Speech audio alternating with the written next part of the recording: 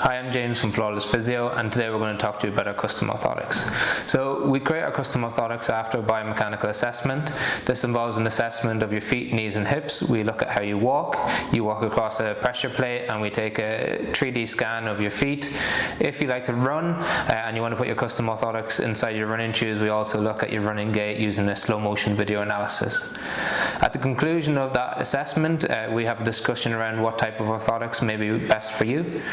Most of our orthotics are made from a material called polypropylene plastic. The reason that we choose it is that it is a semi-rigid material, so there's a degree of flex when you apply pressure to it so that it can absorb shock and impact as you walk or run, and the degree of that rigidity can be altered depending on what you would like to do. So for instance, if you'd like to run in them, we typically make a sturdier, thicker orthotic, while if you just want to walk in them, we can make them as thin as 2 millimeters. They come with a range of different top cover types. The most common one that people choose is the ETC top cover, which is a material top cover similar to what you'd find in a running shoe. The reason that people choose this is that it's durable, it's washable and it's breathable. The other most common type that people choose is a mixture between rubber and leather. This is because it's very similar to the material that you'd find within a shoe.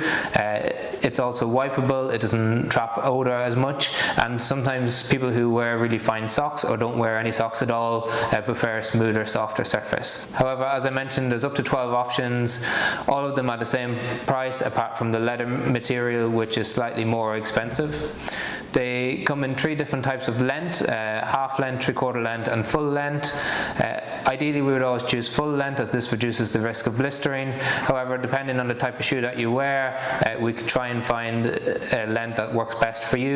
If you opt for a shorter length, this means there's scope for it to move, and we often suggest applying some Velcro inside the shoe and to the bottom side of the insole.